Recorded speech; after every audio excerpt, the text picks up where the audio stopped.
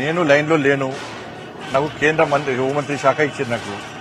కాబట్టి ఏ కార్యకర్తను కూడా కమిట్మెంట్తో పార్టీ కోసం సిద్ధాంతం కోసం పనిచేసే కార్యకర్త పార్టీ నిబంధనలకు అనుగుణంగా పనిచేయాలి. నాకు రాష్ట్ర అధ్యక్షుడు వస్తుందని చెప్పి సోషల్ మీడియాలో ప్రచారం చేసుకోను. నేను ఇప్పుడు వస్తుంది అప్పుడు వస్తుంది ఇప్పుడు చెప్పుకోను. నేను రావాలని కూడా కోరుకుంటాను. నేను ఎందుకంటే కేంద్ర మంత్రిగా హోంశాఖ సహాయ మంత్రిగా అమిత్ షా గారి నేతృత్వంలో సేవ చేసే అవకాశం నాకు వచ్చింది.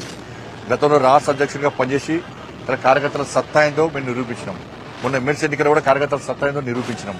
8 ఎమ్మెల్సీలు 8 ఎంపీలు గెలిచాం, 8 ఎమ్మెల్యేలు గెలిచాం. భారతీయ జనతా పార్టీ కార్యకర్తల సత్తా ఏందో నిరూపించినాం. కాబట్టి నేను అధ్యక్షుడిగానే ఏందో నిరూపించుకున్నా.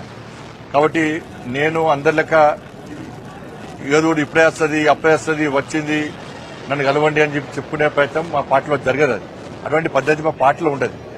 పార్టీ నిర్ణయిస్తుంది. ఇంకోటి చెప్తున్నా, సోషల్ మీడియాలో ఎవరి పేరు వస్తుందో ఎవరి పేరు పెట్టుకుని తప్పుడు వాళ్ళు ప్రచారం చేసుకుంటారో వాళ్ళు ఎవరి పేర్లు ఉండవు. కేంద్ర నాయకత్వం చాలా సీరియస్గా ఉంటుంది. తప్పుడు ప్రచారాలు చేసుకుంటే వాళ్ళను నాకు వస్తుందని చెప్పుకుంటే తప్పవుతుంది. పార్టీ క్రమశిక్షణ పార్టీ, సిద్ధాంతం కోసం పనిచేసే పార్టీ. ఈ పార్టీని పదవిలకు అనుకో ఒక బాధ్యత అనుకుంటాం. జాతీయ నాయకత్వం ఏ నిర్ణయం తీసుకున్నా దానికి కట్టుబడి ఉండాల్సిన బాధ్యత, కమిట్మెంట్తో పనిచేసేటువంటి జాతీయ భావాజాలం గల సిద్ధాంతం కోసం పనిచేసే కమిట్మెంట్ కార్యకర్తకు ఉంటుంది.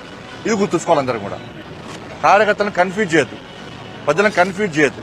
తప్పవుతుంది. ధన్యవాదాలు.